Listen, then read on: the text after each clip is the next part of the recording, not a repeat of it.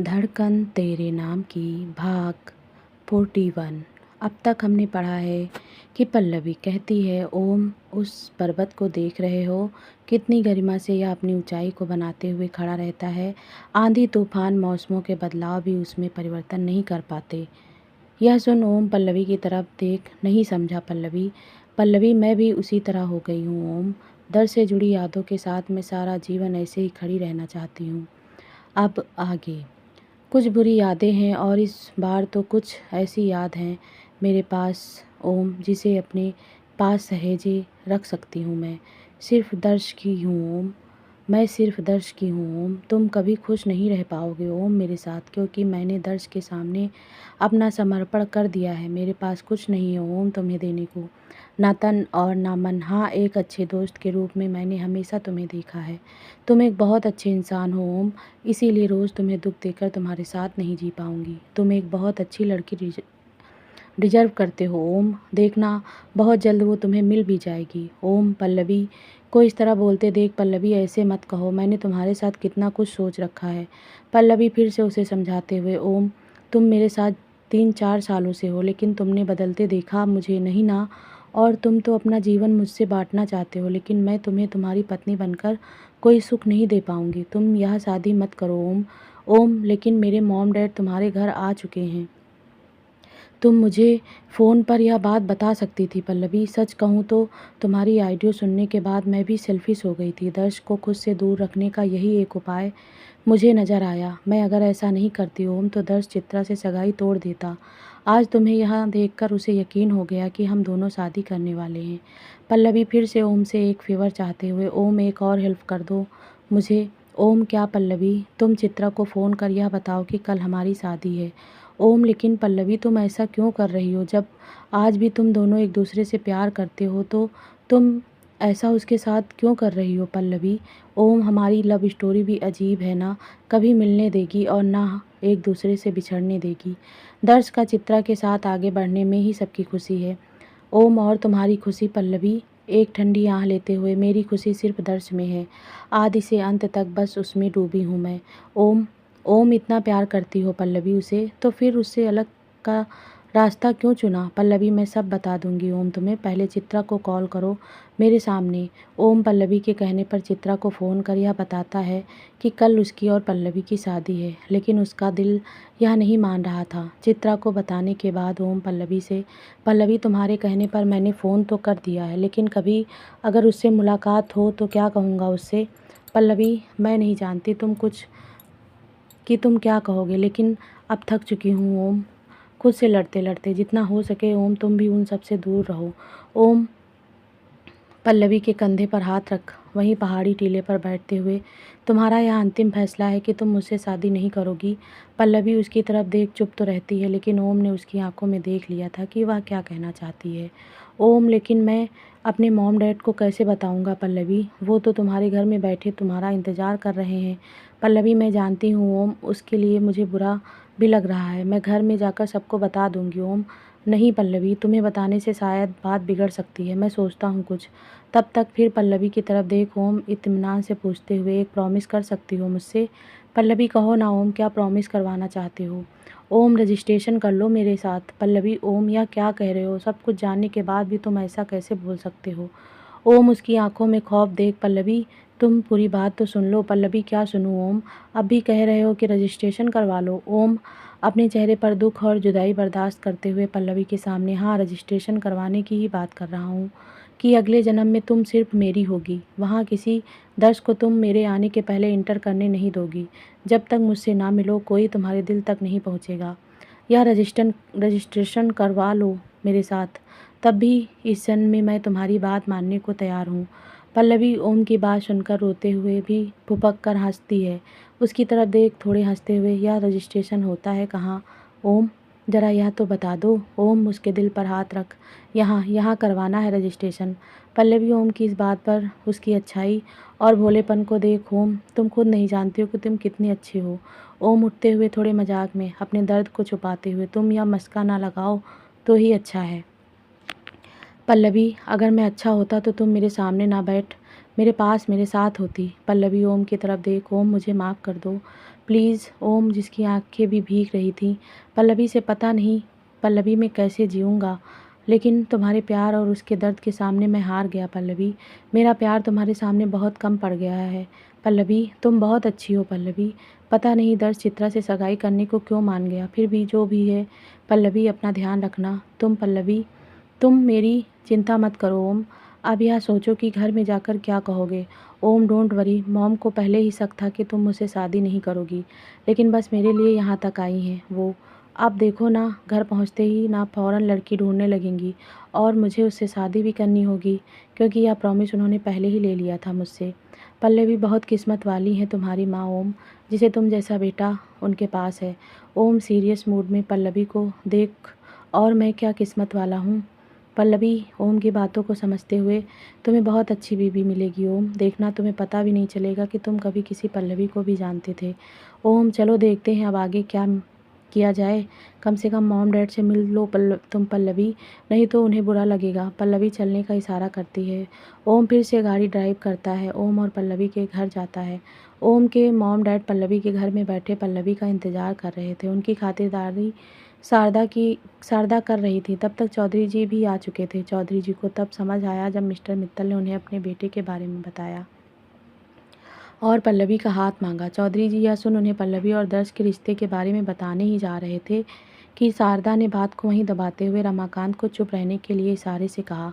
यह देख चौधरी जी की मानसिक संतुलन बिगड़ने लगा। शारदा तो सब जानती है, तो इन्हें मना करने से क्यों रोक रही है। वैसे भी कल का दिन चौधरी जी पर खुशी और गम को लेते हुए दबाव भरा था। जहाँ दर्श और पल्लवी की प्यार भरी वापसी, दर्श का उन्हें एक बेटे की तरह गले लगाना, वहीं ताऊ जी की विदाई। एक दिन में इतना कुछ सहने के बाद जब वहाँ से आए तो ओम के घर वालों से सामना। इतनी जल्दी यह सब होने की वजह से आज ऐसे भी चौधरी जी थोड़ी थकान महसूस कर रहे थे। शारदा के मन में क्या चल रहा है यह जानने के लिए चौधरी जी ने इशारे से शारदा को कमरे में बुलाया, लेकिन शारदा उनसे कहती तो क्या कहती। उनकी आंखें तो ताक रही थी दरवाजे की तरफ, पल्लवी की राह में। पल्लवी ने एक बार भी मीटिंग के बाद फ़ोन नहीं किया, एक बार भी नहीं बताया कि उसने सच दर्श से बताया है कि नहीं। सच जानने के बाद दर्श ने क्या कहा, क्या बीती उस पर। लेकिन शारदा पल्लवी को फ़ोन करती उससे पहले ही ओम अपने मॉम डैड के साथ यहाँ हाजिर हो चुका था। शारदा मित्तल कपल के साथ बातें तो कर रही थी। वो जानती थी कि चौधरी जी कमरे में उनका वेट कर रहे हैं, लेकिन उन्हें सच बताने की हिम्मत अब उसमें नहीं थी। तभी पल्लवी और ओम दोनों ही घर में दाखिल हो चुके थे। पल्लवी को ओम के साथ देख मिसेज मित्तल आज पल्लवी के लिए जो गीले शिकवे थे उसे दूर कर पहल करते हुए शारदा से, कितनी देखिए तो दोनों की जोड़ी साथ में कितनी सुंदर लग रही है। शारदा दोनों की तरफ देखकर भी क्या कहती कि पल्लवी की जोड़ी तो दर्द से सजती है। शारदा पल्लवी की आंखों में उस भय को ढूंढ रही थी जिसके लिए उसका दिल बेचैन था। कमरे में चौधरी जी जो शारदा की प्रतीक्षा में थे, उसे न आते देख पल्लवी और ओम के आने की शोरगुल सुनते हुए वो बाहर निकल गए। मिसेज मित्तल जो पल्लवी और ओम को साथ बिठा रही थी, ओम की तरफ पल्लवी देख रही है उसे कुछ कहने का इशारा करते हुए, लेकिन ओम खामोश था और सही समय का वेट कर रहा था। चौधरी जी को आज शारदा और पल्लवी के मन में क्या चल रहा है पता नहीं चल रहा था। आज पल्लवी ओम के साथ क्यों बैठी है। पल्लवी तो दर्श के साथ दिल्ली जाने वाली थी। पल्लवी यहाँ ओम के साथ है तो दर्श कहाँ है। उसे तो उसने मिलकर जाने को कहा था, तो दर्श उनसे मिलने क्यों नहीं आया। यह सब प्रश्न चौधरी जी के दिल और दिमाग में गोते खा रहे थे। मिसेज मित्तल पल्लवी को मुंह दिखाई में उसके हाथों में कंगन पहनाने जाती हैं। यह देख पल्लवी अपना हाथ पीछे कर लेती है। पल्लवी को यह करते देख ओम, माँ यह सब जल्दी नहीं हो रहा है। अपने बेटे के मुंह से अचानक यह सुन मिसेज मित्तल, ओम अब तुझे क्या हुआ। यहाँ आने के लिए तो हमारा दिमाग ख़राब कर चुका था। और फिर शारदा की तरफ देखते हुए मिसेज मित्तल ओम के गम से अनजान हंसते हुए, जानती हैं आप मिसेज चौधरी, मेरा ओम आपकी बेटी से बहुत प्यार करता है और आज देखिए अब उसे लग रहा है कि यह जल्दी हो रहा है। यह आजकल के लड़के ना कब क्या फ़ैसला कर दें कोई नहीं समझ पाता। पल्लवी चुप थी क्योंकि उसे ओम ने चुप रहने को कहा था। कहीं पल्लवी की बातें उनके पेरेंट्स को चुभ ना जाए। ओम फिर से, माँ मैं यहाँ पल्लवी से मिलने आया था। माँ मैं पहले कुछ बनना चाहता हूँ, उसके बाद ही यह शादी करने का मन है मुझे। रमाकांत अपने ही घर में खड़े तो थे, लेकिन उनके सामने चल रहे दृश्यों को देख उन्हें समझ नहीं आ रहा था। कभी पल्लवी को देखते जो अभी परेशान स्थिति में थी, तो कभी ओम और उसके परिवार वालों के बीच बातों पर गौर फरमा रहे थे। मिसेज मित्तल अब ओम के ऊपर थोड़े गुस्से से, यह तू क्या कह रहा है ओम? तो हमें यहाँ लेकर क्यों आया? क्या क्या चलता रहता है तुम्हारे मन में? अब मिस्टर मित्तल गुस्से में, ओम यहाँ क्या बेइज्जती करने के लिए लाया है हमें? हम चौधरी जी से तुम दोनों की शादी की बात कर रहे हैं और अब तुम यहाँ अलग राग राग सुना रहे हो। सब जैसे ओम पर निशाने साधे बैठे थे। मिस्टर मित्तल तो ओम को बहुत कुछ सुनाने लगे। ओम को इतना कुछ सुनते देख तभी पल्लवी थोड़े ऊंचे स्वर में, माफ़ कीजिए प्लीज़, आप सभी ओम से कुछ ना कहें। ओम जो कर रहा है मेरे कहने पर कर रहा है। ओम पल्लवी तुम चुप रहो, मैं हैंडल करता हूँ। पल्लवी नहीं ओम, तुम्हें इतना कुछ सुनने के को मिल रहा है मेरी वजह से। और मिस्टर एंड मिसेज मित्तल की तरफ देखते हुए पल्लवी, अंकल आंटी मैं यहाँ शादी नहीं करना चाहती क्योंकि मैं किसी और से प्यार करती हूँ। यह सुनते ही मिसेज मित्तल जो अब तक अपने बेटे पर गुस्सा तो हो रही थी, अब उसकी गुस्सैल आंखें पल्लवी को घूरते हुए, मैं पहले ही कहा करती थी ओम से कि यह लड़की बस उसे नचा रही है, लेकिन ओम ने मेरी बातों को कभी सीरियस नहीं लिया। पल्लवी के बारे में यह सुनकर चौधरी जी, माफ़ कीजिए, आप मेरी बच्ची को ऐसे कैसे बोल सकती हैं? देखा नहीं उसने तो ओम से साफ लफ्ज़ों में कह दिया था कि वो उससे शादी नहीं कर सकती। मिसेज मित्तल अपना आपा खोते हुए, यही यही होती हैं लड़कियाँ, लड़कियों के चाल चरित्र। शहर के लड़कों से प्यार की डींगे और शादी किसी और से। हज़ार बार मना कर चुकी हूँ ओम से, लेकिन इसके दिमाग में तो यह लड़की चढ़कर बैठी है। यह सुन ओम, मॉम यह क्या कह रही हो? पल्लवी ने कभी कोई वादा नहीं किया मुझसे। चौधरी जी भी ताव में, देख लीजिए मिसेज मित्तल, आपका बेटा खुद कह रहा है। मेरे घर में आकर आप मेरी बच्ची के साथ ऐसा कुछ ना कहें जिससे मुझे कुछ अपशब्द कहना पड़े। पल्लवी और ओम दोनों के हाथों से उस स्थिति को संभालना मुश्किल पड़ रहा था। सब एक दूसरे पर इल्ज़ाम लगाने में लगे थे। ओम अपने डैड से, प्लीज़ डैड आप मॉम को लेकर चलिए, मैं यह सब करने नहीं आया था। यह क्या हो गया डैड? मिस्टर मित्तल चौधरी जी को देख, बहुत अच्छे से खातिरदारी किया है आपने चौधरी जी, यह दिन मैं भूलूंगा नहीं। यह कहे मिस्टर मित्तल मिसेज मित्तल के साथ चौधरी जी के घर से निकल गए। ओम और पल्लवी को भी एक दूसरे से कुछ कहने का मौका ही नहीं मिला और ओम अपने मॉम डैड के साथ दिल्ली के लिए रवाना हो गया। यह देख पल्लवी दौड़कर अपने कमरे में चली गई। चौधरी जी शारदा से सब पूछने लगे कि पल्लवी तो दर्श के साथ दिल्ली जाने वाली थी, तो यहाँ क्या कर रही है? शारदा ने अब उसे सच सच सब बता दिया कि दर्श की माँ पल्लवी से क्यों और कितनी नफरत करती हैं। सब सच बताने के बाद शारदा पल्लवी के पास जाने लगी। चौधरी जी, शारदा तुम यहीं ठहरो, मुझे पल्लवी से बात करनी है। यह कहकर चौधरी जी पल्लवी के कमरे की तरफ बढ़ते हैं। पल्लवी जो अपने बिस्तर पर लेट फुफक फुफक कर रो रही थी, चौधरी जी उसके बगल में बैठ उसके सिर पर हाथ फेरने लगते हैं। उसका एहसास होने पर पल्लवी उठते हुए अपने गालों से बहते आंसू को पोंछने लगती है। सामने बाबूजी को देख पल्लवी, बाबूजी मुझे माफ़ कर दीजिए, मेरी वजह से आपको आज बहुत कुछ सुनना पड़ा। चौधरी जी, पल्लवी आज मेरी वजह से तुझे दर्द से अलग होना पड़ा।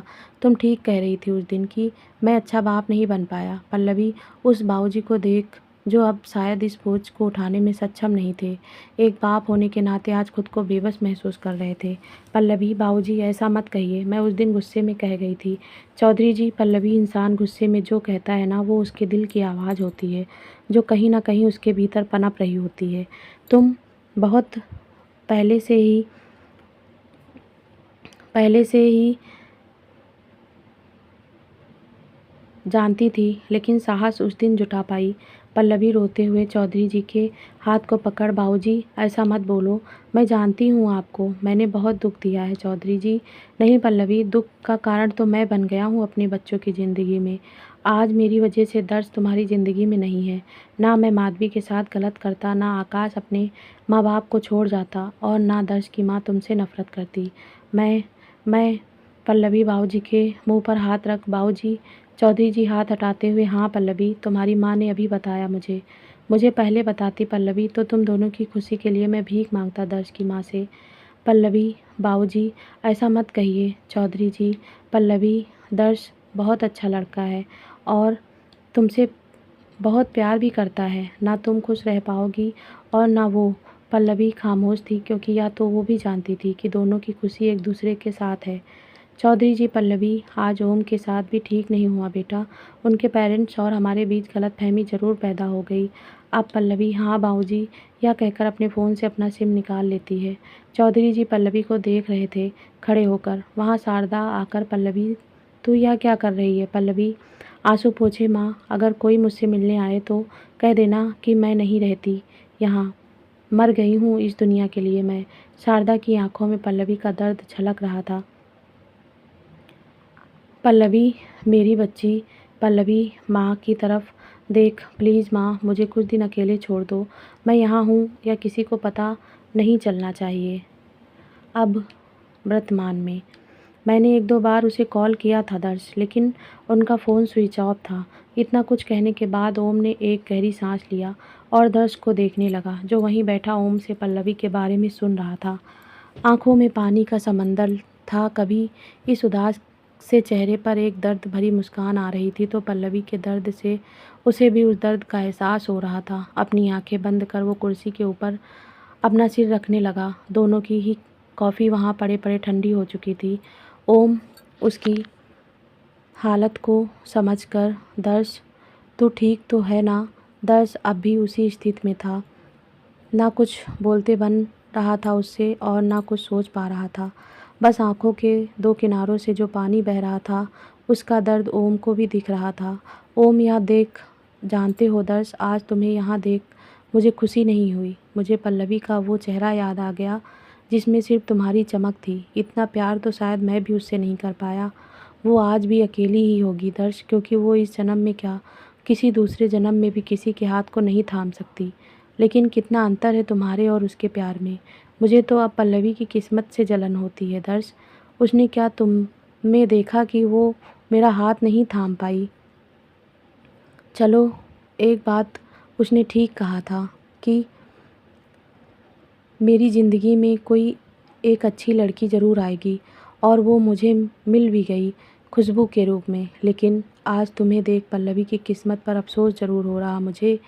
तुम चित्रा के साथ, पल्लवी के साथ इतना आगे बढ़कर भी तुमने अपनी हिम्मत नहीं दिखाई।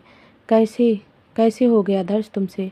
कैसे भूल कर उसे तुम खुद को देखो, बाप बनने वाले हो। बधाई हो दर्श तुम्हें यह नया जीवन। इल्ज़ामों का बाढ़ चलाकर दर्श के लिए एक नफ़रत बांधे ओम वहाँ से चला जाता है और दर्श वहीं बैठे रह जाता है। ओम ने उसे कितना कुछ सुना गया, लेकिन इस दर्द से ज़्यादा उसे पल्लवी के लिए दर्द हो रहा था।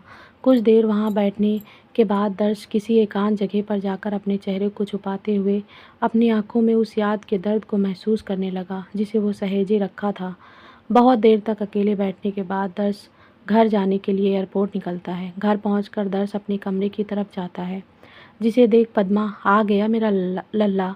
दर्श बिना कुछ कहे अपने कमरे की तरफ बढ़ता है। पद्मा, लल्ला, चित्रा इसके आगे कुछ कहती दर्श ने उसे अनसुना कर अपने कमरे में चला गया।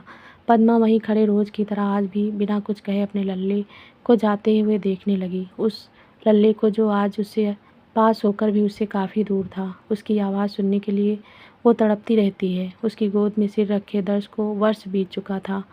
उस लम्हे को आज पद्मा याद तो करती है जब दर्श उसकी गोद में सिर रख सोता था और उसके माथे पर स्नेह स्पर्श से उसके सिर पर वो हाथ फेरती थी। और आज उसके सामने जो दर्श है, एक जीता जागता इंसान तो है, लेकिन शायद आत्मा मर चुकी है अपने बेटे की। यह हालत पद्मा को रोज़ चोट पहुंचाती है, लेकिन उसके मरहम को वो खो चुकी थी। रात को डिनर टेबल पर शर्मा जी पद्मा से पूछते हुए, दर्श नहीं आया क्या? थॉमस आ चुका है शाम को, अब अपने कमरे में है। शर्मा जी, पद्मा, तुमने उसे बुलाया नहीं खाने के लिए?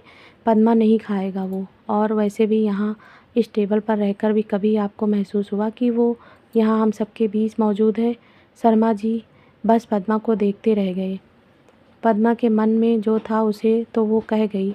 शर्मा जी की उसकी बातें चुभती भी थी, लेकिन आज समझाने की हर कोशिश को पार कर चुके थे। कुछ तीखी टिप्पणी के अलावा अब उनके बीच और कुछ बातें नहीं थी। शर्मा जी तो दर्श की इस हालत का कसूरवार कई बार पद्मा को बता चुके थे। यह सुन पद्मा का दिल छलनी हो जाता था, और उस पर बहस होना तो रोज़ की बात है। या तभी थॉमस पद्मा की तरफ देखते हुए, भाभी जी बुला लाइए उसे। पद्मा, नहीं आएगा भाई साहब, मुझे देखेगा तो शायद दरवाज़ा ही बंद कर दे। शर्मा जी मैं जाता हूँ, आप दोनों खाना शुरू करो। शर्मा जी जाने लगे दर्श के कमरे में। उन्हें देख पद्मा थॉमस से, देख रहे हैं भाई साहब, एक इन्हीं को तो दर्द दिखता है अपने बेटे का। सबको तो ऐसा लगता है कि जैसे मेरे भीतर अब ममता बची ही नहीं। थॉमस, भाभी जी आपने भी तो जैसे उससे दूरी बना रखा है। उसके पास आपको जाना चाहिए। पद्मा, जाती तो हूँ लेकिन सुनता कहाँ है वो। अभी भी शाम को चित्रा के बारे में बोल रही थी लेकिन बिन सुने ही चला गया।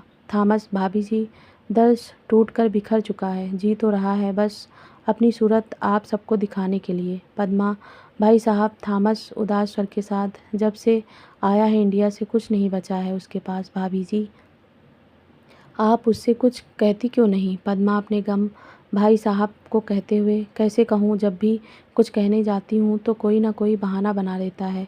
किसी को मेरा दर्द नहीं दिखता, किसी को नज़र नहीं आता कि मुझ पर क्या बीत रही है भाई साहब, सब मुझे ही गलत समझते हैं। थॉमस, भाभी जी मैं समझ सकता हूँ आपके दर्द को, लेकिन दर्श के लिए बहुत बुरा महसूस करता हूँ।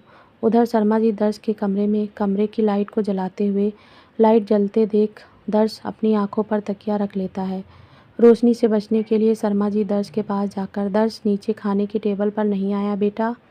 दर्श, पापा आप लाइट ऑफ कर दो, मुझे यह रोशनी अच्छी नहीं लग रही। शर्मा जी कमरे की लाइट को बंद कर उसके पास जाकर, दर्श क्या हुआ तुम्हें? माँ बता रही थी कि जब से मीटिंग करके आया है तब से तो इस कमरे में बंद है। मीटिंग में कुछ अनबन हो गई क्या?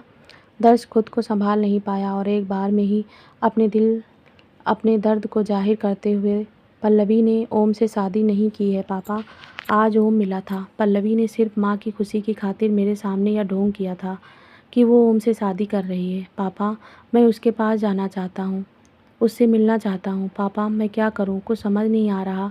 यह कहते हुए दर्श की आंखें बरस पड़ी अपने पापा के पास। शर्मा जी दर्श की हालत को देखते हुए, जाओ दर्श मिल लो उससे, बहुत कर चुके तुम अपनी ज़िंदगी के बलिदान, अब किसी की तरफ देखने की तुम्हें ज़रूरत नहीं है। आज 1 साल बाद तुम्हें यह पता चलता है कि पल्लवी ने ओम से शादी नहीं की है। कहीं न कहीं ओम से मिलवा तुझे ऊपर वाला इशारा कर रहा है बेटा, जा चला जा उसके पास, मैं तुझे अब इस हालत में नहीं देख सकता। दर्श शर्मा जी के चेहरे की तरफ कातर दृष्टि से, लेकिन माँ नहीं मानेगी पापा। शर्मा जी, दर्श, पद्मा को मैं संभाल लूँगा। दर्श, नहीं पापा, माँ जब तक नहीं कहेगी मैं पल्लवी से नहीं मिल सकता। मैं पल्लवी को बहुत अच्छी तरह से जानता हूँ, वो बात तक नहीं करेगी मुझसे। उधर पद्मा दरवाजे की आड़ से दोनों की बातें सुन रही थी। अपने बेटे के गम में आंखों में आंसू लिए वो गार्डन की तरफ जाने लगी। थॉमस ने उन्हें देख लिया था, उनके पीछे वो भी गार्डन तक पहुँचे। थॉमस पद्मा के पीछे से आवाज़ देते हुए, भाभी जी आंसू बहाने से कुछ नहीं होगा। पद्मा पीछे मुड़ उसको देखते हुए, भाई साहब आप, थॉमस अब भी वक्त है आपके पास। अपने बेटे के सुख को चाहती हो कि उस दर्द को लेकर जीना चाहती हो जिसकी कोई दवा नहीं है? पद्मा आप जानते हैं कि अंदर क्या बात चल रही है? थॉमस, दर्श को मैंने फ़ोन किया था। जनरली वो मेरा फ़ोन तभी काटता है जब उसे कुछ नहीं सूझता। कशमकश की जंजीरों में जब वो बंधा रहता है तो उससे मैं एयरपोर्ट में ही मिलने चला गया था, तब उसने बताया मुझे। पद्मा, भाई साहब तो आपने मुझे क्यों नहीं बताया? थॉमस, अब भी जानकर आप कर क्या रही हैं? आप ना खुद से मुक्त होना चाहती हैं और ना दर्श को जीने देना चाहती हैं। पद्मा, भाई साहब आप यह क्या बोल रहे हैं? हर माँ अपने बेटी की खुशी चाहती है और आपने भी मुझे यही समझा कि मैं उसकी खुशी छीन रही हूँ। थॉमस, आपको तो यह भी पता नहीं कि दर्श की खुशी किस में है। आज तक पल्लवी ने अपनी ज़िंदगी को रोक रखा है, मिलने दीजिए दर्श को उससे। फिर अपने जख्मों को याद करते हुए, भाभी जी यह घर आप सभी के आने के पहले वीरान था। अपने परिवार को खोने का गम मैंने भी महसूस किया, इन आँखों के सामने सबको दम तोड़ते देखा है। अगर दर्श नहीं होता तो शायद मैं उस दर्द से निजात नहीं मिलती। मुझे जीना सिखाया है मेरे इस बच्चे ने मुझे, और आज खुद जी नहीं पा रहा है। आपको दर्श को देख तकलीफ़ नहीं होती? माफ़ कीजिए भाभी जी, अगर मैं आपकी जगह होता तो मैं दर्श के साथ उसकी खुशियों के साथ खड़े रहता, ना कि उसके दुःख की वजह बनता। भाभी जी, आपने जो वचन से उसे उस दिन बांध रखा था उसे तोड़ दीजिए। आपके मुरली मनोहर ने फिर आपको एक नया मौका दिया है दर्श का प्यार पाने के लिए। उसे मुक्त कर दो भाभी। अगर उस दिन आपने दर्श को अपनी कसम से नहीं बांधा होता तो शायद आज दोनों ही एक रहते और आपके इस घर में खुशियाँ ही खुशियाँ होती। थॉमस फिर से पास खड़े पद्मा से, जो आंखों में पछतावा लिए थॉमस को ताक रही थी। भाभी, आपने भी एक बेटे को खोया है तो उन्होंने भी अपनी लड़की को खोया है। मैंने आपको पहले भी बताया था भाभी कि दर्श भी प्रतिशोध में जलकर बहुत कुछ कर चुका था उस परिवार के साथ। आकाश की मौत का जिम्मेदार माधवी नहीं है भाभी जी। फिर ऊपर आसमानों की तरफ देख, वो दोनों तो ऊपर भी एक साथ मिलकर टिमटिमा रहे हैं। भाभी जी, आकाश तो मौत को एक दिन गले लगाया था और दर्श रोज़ उस मौत से मिल रहा है। आज पल्लवी के बारे में पता चलना मेरे ख्याल से कोई शुभ समाचार है दर्श के लिए। उसे इस जीवन में खुश रहने का अधिकार है और यह खुशी आप ही उसको दे सकती हैं। थॉमस फिर से, आप एक बात बताएंगी मुझे? पद्मा पूछिए। थॉमस, आप आकाश से बहुत प्यार करती हैं ना? पद्मा, आज अचानक क्यों? थॉमस, बस जो पूछ रहा हूँ उसका जवाब दीजिए। पद्मा, नहीं, उसे भूलना मेरे लिए असंभव है। थॉमस, अगर आपको यह पता चल जाए कि आकाश की भी अंतिम इच्छा थी एक, तो क्या करेंगी आप? पद्मा घूरते हुए थॉमस को, उसने मुझे कभी नहीं बताया भाई साहब। अगर उसकी कोई इच्छा थी तो मैं ज़रूर पूरा करती। थॉमस, तो कर दीजिए ना। पद्मा, कैसे? थॉमस, दर्श और पल्लवी की शादी करके। पद्मा, भाई साहब, थॉमस कोई खुश नहीं है। भाभी जी, मेरी बात पर गौर फरमाइएगा। आप दर्श को मुक्त कर दो अपनी जिद की बेड़ियों से। आकाश और माधवी दोनों ही चाहते थे कि दर्श और पल्लवी सदा के लिए एक रहें। माधवी की भी यही इच्छा थी भाभी की पल्लवी उसकी छोटी देवरानी हो। उसको उसका स्थान दे दीजिए। यह कहकर थॉमस चला जाता है, पद्मा को उसके सोच के सहारे छोड़कर। आज थॉमस ने जो कहा पद्मा को एक एक बातें समझ आ रही थी। तब एक गलती कर चुकी थी वो, दर्श को अपने वचनों में बांधकर। सही कह रहा था थॉमस, सही कहा थॉमस ने। आज उसकी मुरली मनोहर ने उसे एक मौका और दिया है अपनी भूल का प्रायश्चित करने का। 2 दिन और बीत चुके थे। दर्श ऑफिस जाता और रोज़ की तरह अपने कमरे तक सीमित रहता। पद्मा ने कई बार उससे बात करना चाहा, लेकिन दर्श की नज़र जो थी झुकी ही रहने लगी। शर्मा जी और थॉमस भी दर्श के दर्द से दुखी थे। 5 दिनों के बाद पद्मा अपना पूजा ख़त्म कर शर्मा जी के साथ लिविंग एरिया में बैठी थी। तभी विराज का वीडियो कॉल आया। विराज चित्रा के साथ था और विराज के हाथ में एक न्यू बॉर्न बेबी थी। उसे देखते ही पद्मा, विराज, सच में मेरी फूल सी बिटिया ने बिटिया को जन्म दिया है। तो दोस्तों, ये पार्ट यहीं समाप्त होता है और नेक्स्ट पार्ट जल्दी हमारे चैनल पर अपलोड होगा। इस स्टोरी के सिर्फ 2 पार्ट अभी बचे हुए हैं और हैप्पी एंडिंग होगी। तो दोस्तों, प्लीज़ स्टोरी के साथ ऐसे जुड़े रहना और हमारे चैनल को ज़रूर सब्सक्राइब करना। आप सभी को इस चैनल पे नई नई स्टोरी सुनने को मिलेंगी। तो दोस्तों, प्लीज़ वीडियो को लाइक, शेयर और कमेंट करना।